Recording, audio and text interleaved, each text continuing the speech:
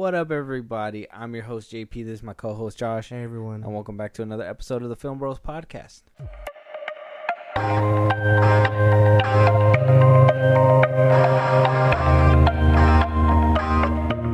And on today's episode, we are going to be reviewing...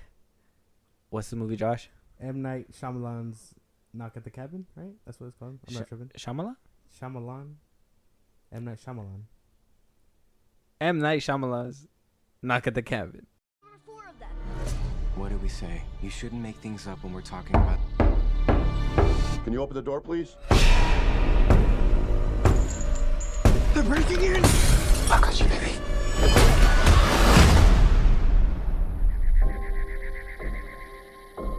We're not here to hurt you, but you have to stay here in the cabin with us.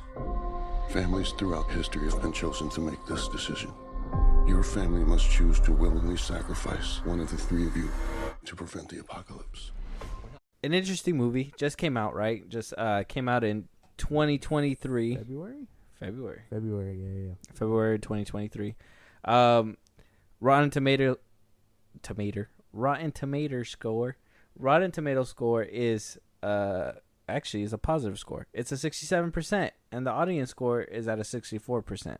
So seems like people who are reviewing, critic reviews, and the general audience kind of think the same thing about this movie. Kind of ultimately close, a little bit of a gap, not too much. I've seen bigger. So in this movie, a good cast, I would say. Dave Bautista as Leonard, Jonathan Griff as Eric, Ben Aldridge as Andrew, Nikki Amuka Bird as Sabrina, Abby Quinn as Andraine. Where's my boy Ron Weasley? Rupert Grint as Redmond. And what's the little girl's name? Is it Kristen Coo? Kristen Cui? No, that's not her. There's no way that's her. Oh yeah, Kristen Cui as Win. Yeah. Adorable little Asian kid in there. yeah. She was. I actually liked her character. Yeah, she was really cool. good. So let's hear your initial thoughts before we start breaking it down. What'd you think of Knock at the Cabin? But wait, before I tell you my thoughts, let's hear a quick word from ZippyStream, our sponsor for this podcast. Today's episode is sponsored by ZippyStream. If you are wondering how we make money to run our podcast, it's all because of this innovative platform. Here at FilmBros Podcast, we absolutely love using ZippyStream. It's the easiest way to convert listeners into an email list, but best of all, they find us sponsorship so we can keep making money doing what we love. Suppose you're also a podcaster thinking about starting one. ZippyStream will help you find and manage a relationship with brands that are relevant to your audience. If you want to learn more, contact us as soon as possible. Everyone that signs up this month will get to claim £10 as a joining bonus, which is around $12 or something like that. Just reach out to us by email or social media DMs, and I'll put you in touch with the guys at ZippyStream right away. Now back to the pod. Okay, so I liked it. I really enjoyed this movie. I don't know what it is. This is probably the first M. Night Shyamalan movie I've seen in a minute in theaters, because I didn't get to see Old. But the last one was probably Glass, if I remember right. Yeah. But I like this one for the most part. Everyone sort of does their own thing. I think Dave Bautista this movie sets the bar for him, because he's a really good actor in this one. I really liked most of it. Not really much. We'll get into it, but not much that I disagree with. But yeah, for the most part, it was really enjoyable. I think everyone did their thing, and then the bigger themes that they were trying to portray really hit well. M. Night Shyamalan did it again, I think. You know what I mean? Yeah, that's wonderful. I feel like this movie is not the worst in his lot. It's not the best in his lot. I kind of feel like it was weird. I don't know if this says anything, but like it kind of bummed me out that we didn't get a twist, his signature twist in this one. It kind of felt kind of weird. I did love the acting. I think the plot was kind of it was questionable. I think he did a good job. It wasn't what I was expecting, if that makes sense. You know what I mean? Coming from an M. Night Shyamalan film.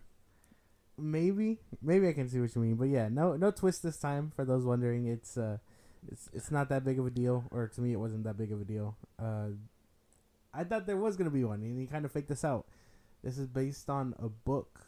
I can't remember the name of the book, or I think it's called "The Cabin at the End of the World," something like that. That's what the movie's based off of. Oh, okay. I was doing some research on it, and he does change a few things. If you didn't hear about it, we'll dive deeper into it. But for the most part, I think we should just start getting into it. Spoiler alert for Knock at the Cabin. Let's go. If you guys haven't watched it, pause this, go watch it, come back, have the conversation. So let's talk about the characters. Let's talk about the actors, right? So we had a pretty good cast, honestly. I love the actors in this one. I really I feel like everybody did their thing, and I really feel like their performances really made the movie for me. They're Dave, like you were saying earlier, Dave Bautista's character, the way he acted his ass off in this movie, and you know it just makes me proud because this is something that he wanted. You know what I mean? He wanted to be this serious actor, and I feel like with the chops that he showed in this movie, just imagine if he had I don't think this one's gonna put him in the Oscar, nominee category, but I think if they put him in the right movie and give him the script and he acts his ass off the way he did in this one, Oscar nominated for sure. Exactly. Yeah. He does good work. Yeah. I like the little girl Wen, Kristen Q. She was really good. Rupert Grint, for the time that he was in there, he was actually really good, and a very surprise, because honestly, I haven't seen him in anything after Harry Potter, to be honest. I don't think. I can't recall either. So. Not that I can remember. No. And so seeing him fresh out the gate for me, at least, and coming back and on the big screen and having to do what was kind of not his cup of tea obviously in the franchise that he was in, the Harry Potter franchise. So seeing him pull something out and actually make it believable and make me feel his rage, I thought it was really great. And the rest of them did good, but I think those two were really stand out for me. I also liked Ben Aldridge's character, Andrew. I thought both of them, like I said, I think everybody did their thing, but I think Ben Aldridge really showed that immense emotion that he just wanted to protect his family and just, that helplessness. I think he really portrayed that helplessness, that though he wanted to do everything that he could, he just couldn't. And I knocked it out of the park for me. Everybody else did their thing, but I would say those four have to take the cake for me. I know it's weird because it felt like not to make it sound a little weird, but the two women, the two that were with Leonard and Redmond, what were their names? The two of them.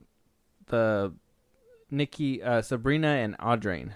Yeah. See, so those two kind of it felt like they took a back seat. The scenes that they were in, they stood out. Maybe that was because by the time they did stand out, everyone else was kind of not around, if that makes sense. And then Leonard, and Dave Bautista, he comes. I think he did so good. I kind of want to see this movie again, just to see his performance again. And then he did really well. Wen also did her thing. She surprisingly well, because I don't know what it is, but kid actors have just come a long way. You know what I mean? Yeah. Some of them you would feel like they wouldn't nail it, but they start school early now. Yeah, she hit the ground running in this one. And then Eric and Andrew. I think I liked Eric a bit more, just because of his emotional side, if that makes any sense. Okay. But yeah, I think everyone just sort of did their thing, and then when it came down to pretty much the circumstances that it came to, people had to shine where they had to. But yeah, I think a lot of O'Bannon Redmond, O'Bannon, they're the same dude. I keep saying that, but Redmond did stand out. He was like one of my favorite things. He made me really anxious during the movie for some reason, just because he knew what he wanted to do and everything like that, and he was just ready to get violent, low key. But yeah, everyone sort of just did their own thing very well in this movie. I think all the actors did what they needed to do. Like I said, a few stand out. I mean, yours is going to be different from mine, but I think everybody altogether. I mean, we can agree with that, right? That that mostly everybody in this film, everybody, basically. Yeah. But moving forward, then, since nothing really pops up there, let's talk about the plot. Now, the plot was simple, an apocalypse movie, right? Pretty easy, wasn't too out the park for me, so it really didn't impress much. And to be honest, I'm starting to think M.Night Shyamalan is not really a big apocalypse, end of the world, doomsday kind of guy for the movie. You know what I mean? Like, he's done like The Happening. That one was kind of like a doomsday, end of the world. That one was kind of not very good. After Earth, he did that one as well, and that one was kind of like a not very good movie. I mean, I would have to say not well received, because to me, I didn't really mind After Earth. I kind of actually, hot take, whatever, that I kind of liked it. But there was a few movies that I feel like when he tries to reach deep, it doesn't really connect. And I feel like this one was kind of that kind of movie. I feel like I seen what he was trying to do, but I feel like the performances helped carry that plot, and the plot wasn't really heavy. Before I give you mine, quick synopsis. It's on the trailer. Basically, 4 people come up to the cabin that when Eric and Andrew are staying at, and they ask him to do or make an impossible decision, as they put it, that could prevent the end of the world.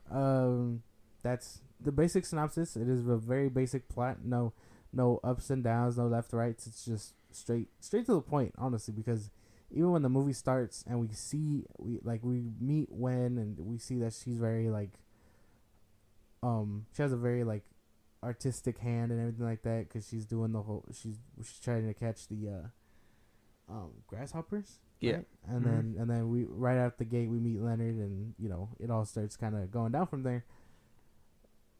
I like the plot. I like that it was very simple, and you can't really fuck up a simple plot, I don't think. I think people have tried, but for me, it felt very I liked how simple it was. You don't need a backstory to most of it. You don't need, like, even then we get backstory to the 4 characters, but when it's necessary. Like, it's not like we don't need them to explain the whole life story while they're talking to each other. They just show glimpses of it, show, don't tell type of thing. The plot I think it does very well. And yeah, the performances help for sure. Like, you couldn't have a simple plot like this if everyone was just sort of acting lazy about it. Yeah. But I think the plot kind of, as simple as it is, it does work. And I can't remember most of M. Night Shyamalan's movies. I didn't even know he did After Earth, and really? You know how I feel about that one. So, yeah, I like that it was just very simple, straight to the point. You don't need all these other trips. It's just point A, B, C, till the movie comes. Yeah, it was steady, straight, but he also had those. One thing that he was planting within the plot too was these little seeds of doubt, right? Like, are they actually here because it's the end of the world? Is it, could they actually be lying? And, it could have been those, the people that were trying to attack him, like he was explaining in the movie. And none of those just ever flourished at all. Like, nothing came about that. And so it just became, at the end of the day, everything just became, I guess you can say, null and void, because if if it was going to be straightforward to that point, regardless, and say, hey, this is the plot, like, we're just trying to stop Armageddon altogether, then why even plant those seeds in the first place? You know what I mean? And heavily go that way. I just felt like it was like a big, like a huge crossover. Like they were like, he was like, I'm going to do it. I'm going to do it. I'm going to do it. And then next thing you know, it was just like, nope, I'm just going to go the other direction. And then though you can't complain too much about him keeping it plain and simple, I just think it was just too plain and too simple. Well, you need conflict. You can't just have them come up and then have the three of them agree and be like, I guess one of us has to go. You know what I mean? Like, yeah. You need conflict, and I think that's where the complexity inside the characters comes out a little bit more, because you need someone to be like, this is bullshit. You're just targeting us, and this and that. Like, and whatever. Redmond turns out to be O'Bannon, the dude that assaulted them in that bar way long ago, and then, like, that's what the flashbacks were for. Like when they were showing like them going through like people being homophobic toward them and whatnot. Yeah. Like it created that mindset of like for Andrew to be like no, this is, you guys clearly made this up. Like it's bullshit. That's what they're staring at their watches the whole time, and the programming is fake. You need that little bit of conflict, and I think that's what really made Andrew and Eric stand out to me a little bit more than the other four. Maybe not on the same level as Leonard, Dave Bautista's character, but they definitely stood out. Just because every time they were on screen, it felt like two like different ideologies were clashing. Like one wanted to make sense of it, like this is bullshit, whatever. Like what they, because even when they started showing proof on the TV, he was still like, this is fake. Like, who'd you pay to do this? Like, that could be fake. And then you had Eric on the other side of the spectrum, where he was just like, no, they can't be faking. This can't be all orchestrated. You know what I mean? And he was saying too that like, that he was timing it with the news and stuff like that. But it's like, how do you know what the news is gonna play and stuff like that? You know what I mean? It was. Well, he did explain that there was visions, I guess, and he kind of seen it happening. So he had visions of him watching the TV and seeing all this shit just break and unfold. Well, no, he would have had visions of like everything going on, and obviously the news is gonna capture all that. Which a little bit about the news part for me was like, I thought it was very weird how they're just covering everything. Well, not just that, but like how everything seemed to be in first person. You know what I mean? If that makes sense. Like if someone with their cell phone was like recording for the news people, and then they were just like, you know what I mean? Yeah. That was probably one of the weird things. We'll get back to that because I know we're not at the parts of disliking yet, but for the most part, you just need that conflict. And when it comes down to the ending, and you're like, damn, like I thought the twist was gonna be that, where it was just gonna be like, it is people fucking around fake with them. Yeah, that's what I was thinking too. And when it was like, no, it's real, I was like, shit, that is actually, pretty crazy. But it just, I don't know, it just didn't really hit, I guess. Like I guess how it was setting it up to be, you know what I mean? I guess for me, the plot was kind of just plain for me. It was okay. But one thing that really did take like my fucking, like, just exploded my mind was the camera work in this movie. The cinematography was great. I loved the close-ups to the face to really capture all the emotion. It's like M. Night Shyamalan was telling them like, hey, y'all better, bring your A game, because this camera gonna be up close and center with you. You know what I mean? And exactly that. He put them on the spot, and then the view of the forest and like the camera angles that would show everybody in these like weird, like kind of like home ring camera angles and stuff. But it was like it just portrayed.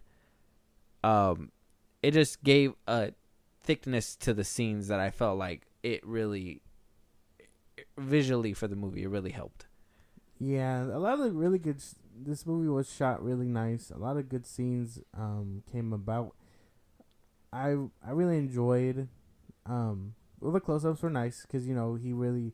It felt like he was really trying to convince the audience, not just Eric and Andrew, but the audience that like this shit is real. You know what I mean? Yeah. Just so maybe that at the end he could fake us out and whatnot.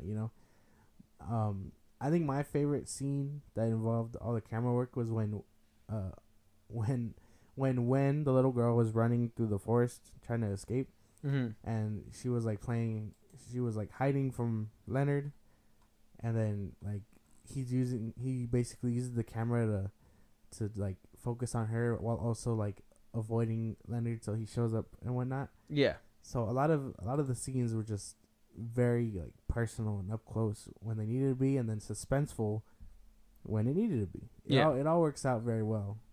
You know what I mean? Yeah, I really enjoyed it. I thought it was just I don't know, just an immense way to just show the nature and the beauty of every single scene. And then like I just feel especially when they were like getting ready to like, and this is I know this is a spoiler review, guys, so when they were getting ready, when they put like the white sock on their head, and you didn't have to see them brutally murder everybody. I think he did that nicely too. Yeah. Where like, the camera was right there, and then all you seen was boom, boom, and then it was done. And then they took him away. He didn't need all the blood and gore. I felt like that, and the camera angles that they used to kind of make it seem more mysterious and more like daunting on why they did that in the first place. I thought it was well done, masterclass. Yeah, because this could have easily been like a horror movie. Yeah, you know what I mean. Mm-hmm. And like I think he wanted the suspense and scariness, but he didn't want to show all that blood. You know what I mean? Exactly. So how does he do it? He not only does he allude to them obviously dying, but it does something a little worse to the human mind, where you're like, damn, like we know. Not only do we know someone's dying, but the fact that we can't see it in most movies, gunshot or he stabbed and whatnot. It's more of just like your brain, like, damn, like I kind of want to know what that looks like in a very fucked up way, as one does it when watching a movie. And it started off with Redmond. He's just like, I want you guys to look at me as I go, because this is your guys' fault. He was the first, and then it went down the ladder, and I think that's kind of what sold and cemented in the characters' minds that not only could this not be real, but people are dying because they believe it. So you know what I mean? Yeah. Because they thought they were part of a cult for a good majority of the film. Yeah.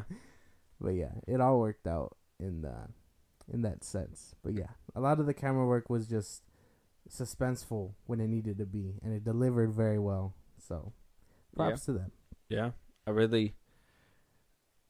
It was very solid, and you can tell that M. Night Shyamalan has that boy has a lot of talent. It's crazy that this one's gonna be his last one for Universal, and then because we talked about it in a couple episodes ago that he signed a deal with Warner Brothers to basically go over to them, so he's gonna be making movies for them, and can't wait to see that. But with that, let's talk about the don'ts. What was stuff that kind of was brought up to your attention that you were like, maybe some unanswered questions, anything like that because with him, he's very elusive, and so a lot of I believe a few things in this movie didn't really pay off or pan out. So I'm not too sure, because a lot of it was very simple, and like I said, it's not, for me, it doesn't seem like he fucked up a simple plot as much. I know I touched up on the camera work when the shots were of the people going through the apocalypse and things like that. I'm not sure what else to touch up on, because I want to save. I don't want to get into the twist or whatever. Right? I know it's not a twist technically, but the deeper meaning behind it all. with the 4 characters till like the end. But yeah, the camera work. And if I had to pick another one, yeah, no, I'm not too sure because I think it all in my mind. It all kind of flows well because of how simple it is. So I mean, if you got anything, go ahead. Yeah, I was saying a couple unanswered questions. Was one, the bar scene when they did the flashback saying that, trying to show who, because Andrew was in the bar, it showed that he was in the bar, and then it wound up showing that it was Rupert Grint's character that was at the bar, and that was, and there was this shot that like it looked like it was about to go and show Dave Bautista's character being the bartender, and it just never did that ever, and I was just like, oh, I know what you're talking about. Okay. Yeah, and I was like, is that? And then it just never came into fruition. And it was just like, well, why'd they even put that scene in that movie? Just to show that it was him, but if it was him, regardless, it was still the end of the world. It was like, I didn't understand that part. Because that scene sort of happens before everything happens, right? Like, basically, I think that happens like midway through the movie, and then you're just like, I think that's to cement in your mind that maybe it was orchestrated, but then turns out it wasn't. I'm not too sure. I think I know which one you're talking about, and and if that was what they were trying to get at, it didn't work at all. I didn't. The camera pans, and you're expecting him to show something else, like a reflection, something, but it doesn't. Yeah, it does sound like they missed something there. Now that I can recall. Yeah, that one was a weird one for me. And then what was the other one? There was another one too that I was kind of like, oof, it was kind of weird. But the whole 4 horsemen thing, and I know we're supposed to be talking about the bad, but I kind of enjoyed that aspect on how like every single one was their own person, because how'd they name them off? Do you remember? It was Redman was Malice. The one of them was Nurture. The other one was Healing, and then Dave Bautista's was Guidance. Mentor, yeah, Guidance, something like that. Guidance, mentorship, something like that. Yeah, and I liked how they. I we're getting off the topic a little bit. I like that too. I like how they were their own thing, and big spoiler, they reveal themselves. They are revealed to be the 4 horsemen of the apocalypse. Oh man! And I didn't really necessarily know how the cabin worked either. Like, if I were to have like rented that out that day, would that have been on me, kind of thing, or like, does the people that need to do it need to own the property? Like, I didn't understand like why that cabin. I don't think they explained it too well. They did say those who are in this cabin, but why this cabin specifically? And do you have the right address, I might add? It could be the cabin down the block. It looks just like this one. It had to be fate. That was the big thing about it, fate and whatnot. And their visions are what led them there. So you kind of have to trust that they saw them, and that not only they didn't know who was gonna be there. It could have been anybody. Well, he said that they did it before. He did? Didn't they say that they every so often they get together, go down to that cabin, and have them make the choice? That wasn't their first time. No, I don't think so. They said they met up a long time ago. In the movie, they met up a long time ago. Like way back when they were like having their visions and stuff, that they met on Reddit and whatnot or whatever. Yeah.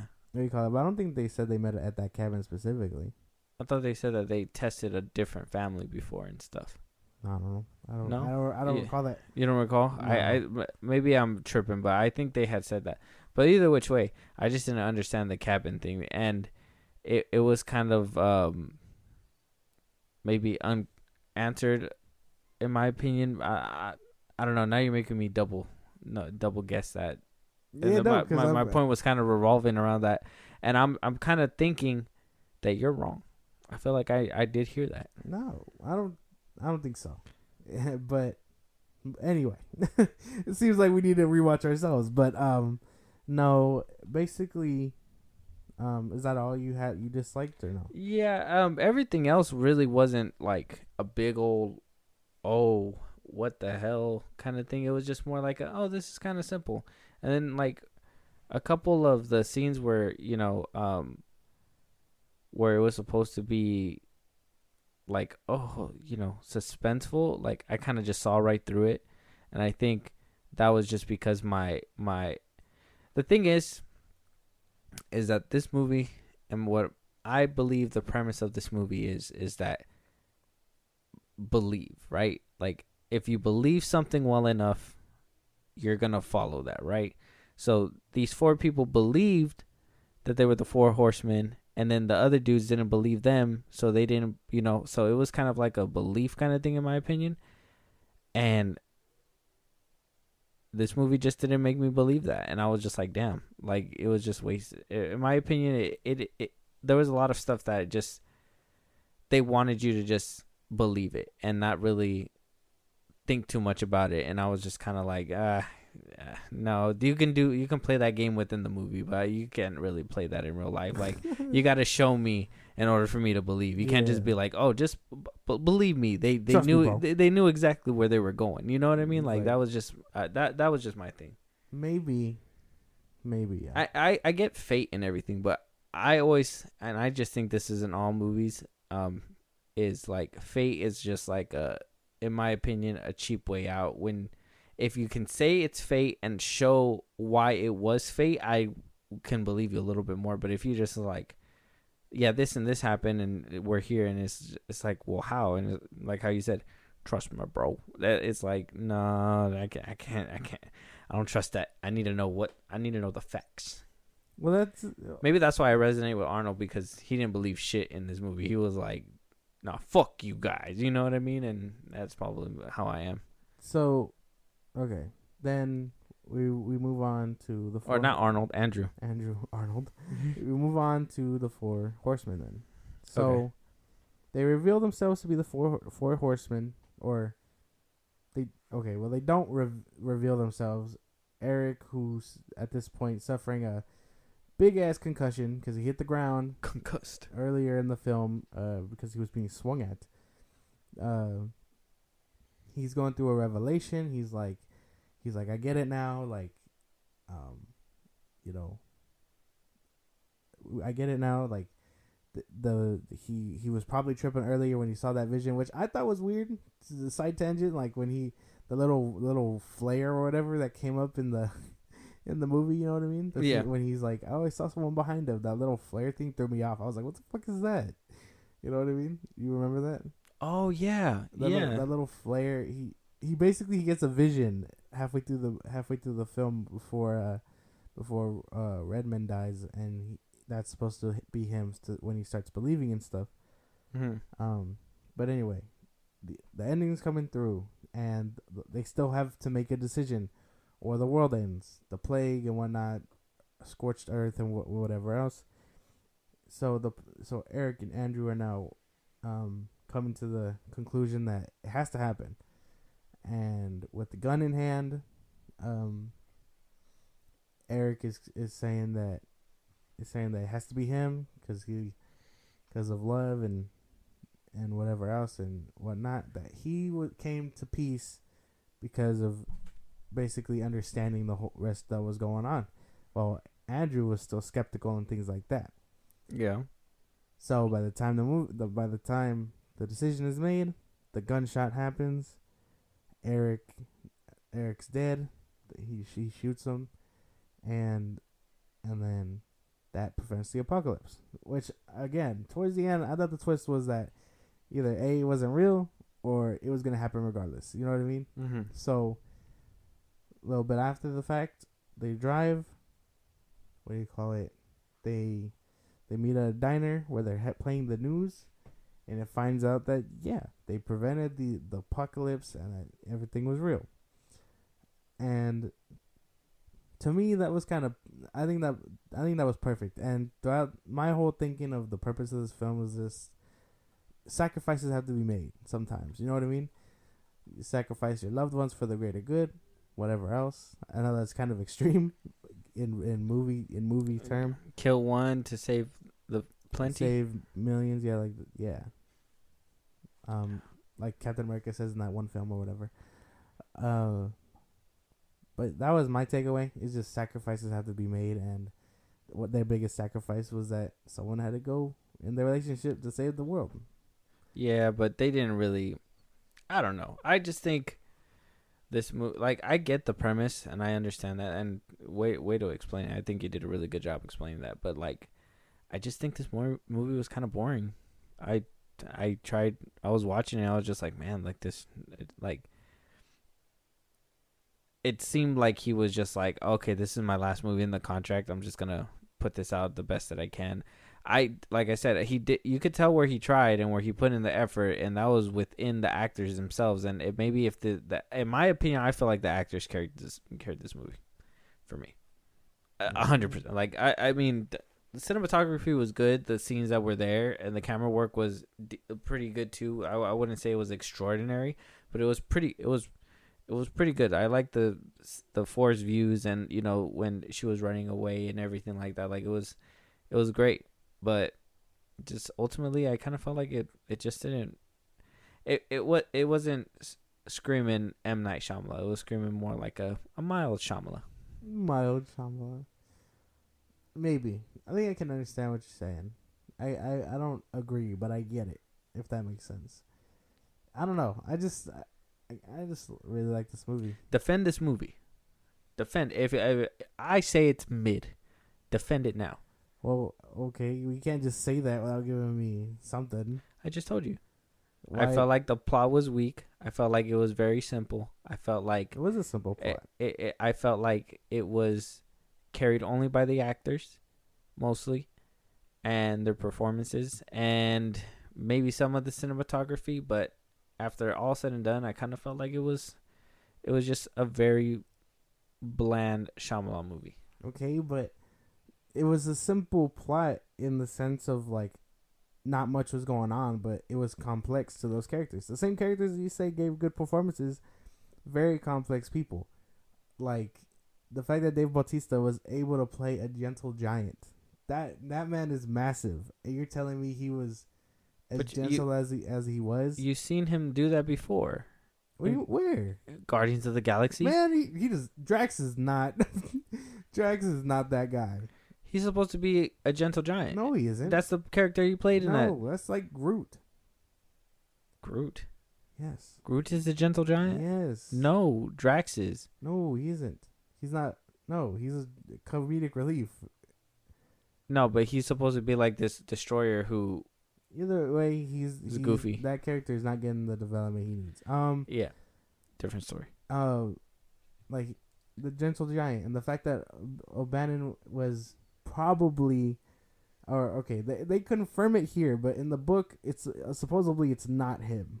Mm-hmm. In the movie, he confirms it, and he's like, it was him. And they basically go that he was the one that assaulted them all those months ago, or whenever the fuck that happens, because I don't think they specified either.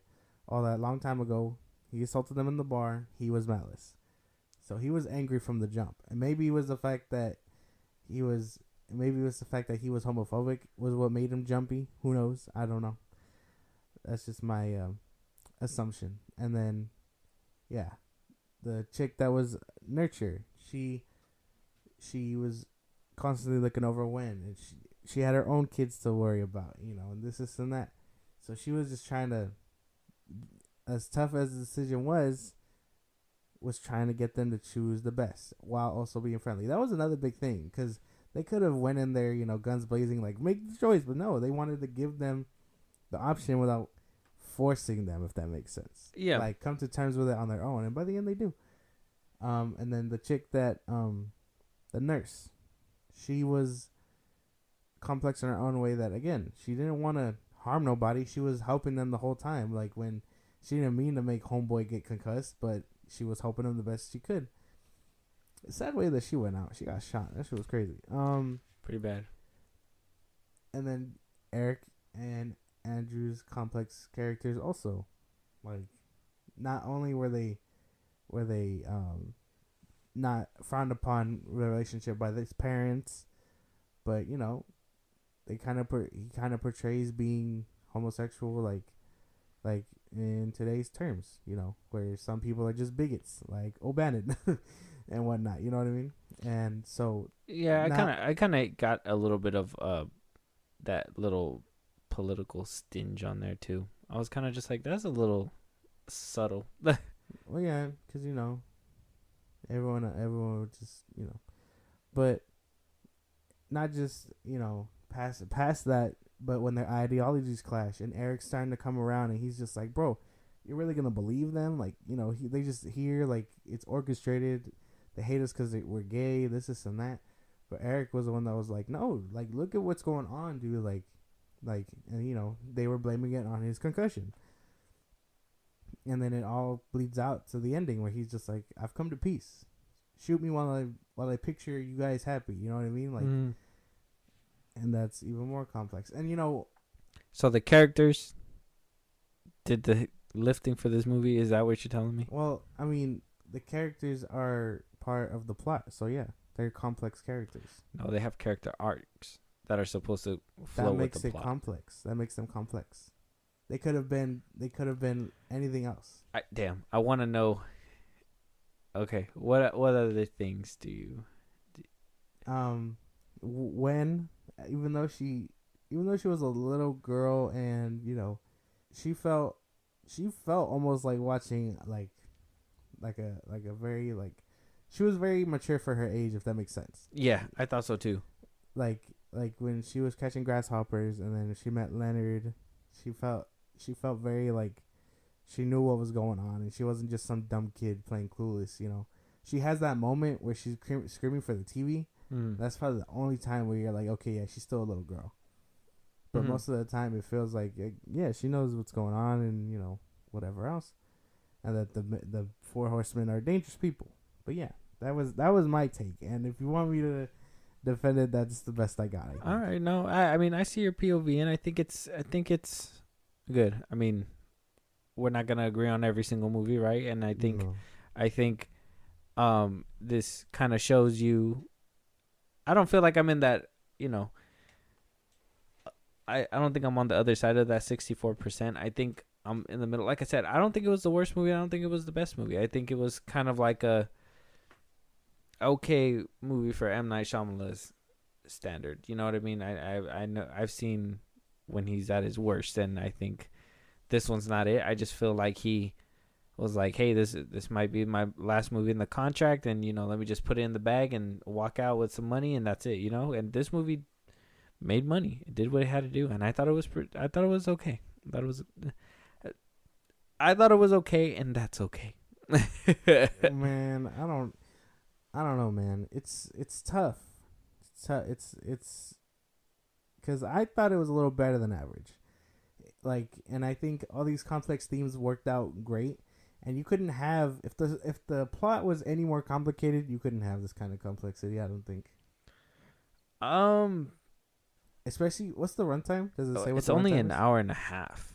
And I was gonna say right now too, that's what I was looking over there, was that I wanted to see how long the runtime was, and I think it would have benefited off a little bit more runtime instead of. I think they went through it a little quick. I think that's what it was. That could have been it. I think that if they would have added a little bit more runtime, maybe showed a little bit more, at least on the Four Horsemen side, of like why they were there, how it happened, stuff like that. I feel like it would have been more compelling and you would have believed it a little bit more. But because they didn't show any of that, it was just, I kind of felt like everything fell on its face. Yeah, but they couldn't do that. They couldn't flashback to them as much because a lot of it was like still playing with the idea of, are they being for real or are they fake? It's not till when he's like, oh, I recognize that dude. He's the one that assaults me in the bar, is when you're like, could it really be orchestrated in this and that? Are they telling the truth? And you know, by the end, it was all real. You know the end when there was like that little white flash. You remember? Yeah. And then it stayed like that in transition. I thought right there they were gonna show the 4 horsemen and be like, this is what happened and whatever, and then ultimately, because it didn't seem like a twist was in sight, I was thinking either that or a twist was gonna happen. So I was like, oh, okay. And then if they ride off into the sunset, at least they answered our question before we walked out. You know what I mean? But they just kind of was like, no, they went to go eat, and then they just drove off. I thought it was a cute moment at the end when they were playing the radio and everything and just being happy, or, you know, going back and forth with turning it off. But I was just hoping that they would have gave us an answer and then ended the story. It just kind of felt like it was just like a, like you know what happened. Don't get me wrong, but it was kind of like when you clip your nail and there's like, you clip it and there's just that little piece left, and you could have completely satisfied it by just clipping that little piece off, but you leave it, now it's all rigid, and you know when you touch stuff it gets caught in clothes and everything, and it's not good. Okay. Yeah, that's how it feels. I can't take you seriously. You're comparing this movie to a hangnail. I'm mad as hell. What do you call it? I don't know. I think it works out fine. And actually, that scene really made me sad. I almost cried to that. Yeah, it was pretty. Because, like, for context, on their way to the cabin, they were listening to Boogie Shoes, singing it together and whatnot. And then after everything's said and done, Boogie Shoes comes on, and they don't even want to listen to it until they work up the courage to listen to it. And I was like, damn, what a real moment, because you were just singing that song with the person you loved a couple hours ago or a couple days ago. Yeah. A very sad times. Very, very sad ending. But with that, Josh, if you ain't got nothing else, we need to know what your score is from 1 to 10. 1 being the worst, 10 being the best. Considering everything, and you know, I do enjoy the performances and the plot and the camera work and the scoring. And I know we didn't touch up on that much, but it has like really suspenseful things going on with it. It does still feel average, like you could watch it every once in a blue moon. You know what I mean? Mm-hmm. I want to say I give it like a 7.5. Okay. Huh. I give it a 6. I think it's good. It has rewatch value. I'm not gonna say it doesn't. I think I would rewatch it just to see their performances again. I think that it is very powerful. It's just very short and fast movie. I guess you could say very, you know. Now that you know that there's after what happens and everything, you're just kind of like, you could watch it again every once in a while, but it's not really gonna. It's going to hit you just the same every single time, yeah. I think. It doesn't even add those extra layers that it was trying to look for, and I think that's a big problem in the movie. If it would have added those extra layers, it would have been more of a complex telling. The complexity did come from the characters, but that's why I'm saying I feel like the actors had to show that complexity, and I think their performances really displayed that, and I think that's why this movie did so well for me. So, solid 6. I thought the performances were great. M.Night Shyamalan, still love you, man. I hope in the future there's way better movies. Hopefully it's gonna be WB great. Treats you right, man. Man, yeah, for real. You signed a 10-year deal, and you're going over there with all the drama, bro. I don't know. Release the Shyamalan cut. Watch it. It's gonna be coming out pretty soon. Watch what happens. But with that being said, if there's anything that we missed that we should have talked about on this episode or in any other episode, if there's any movies that you want us to review, Josh, go ahead and let them know where they can talk to us and let us know. Twitter, TikTok, Instagram at FilmBros Podcast. We post when new episodes are up. You can engage with us. Let us know about any news or movies you want us to cover over there. If you want to listen to us on the go, Spotify and Apple Podcast at FilmBros Podcast. If you want to support us in a big way, Zippy Stream at FilmBros Podcast. All it takes is a name and email. You get our full catalog, and with that email, you get updates of when new episodes drop. So why wouldn't you want to be the first to listen as well as support us? And then while you're doing all that, go and support us on YouTube at FilmBros Podcast. Yeah. And don't forget to like, subscribe, hit the notification bell on our YouTube page, because when we start posting when we start posting videos, you guys don't want to miss it. And yeah, we'll talk to you guys on the next one. Talk to you guys later.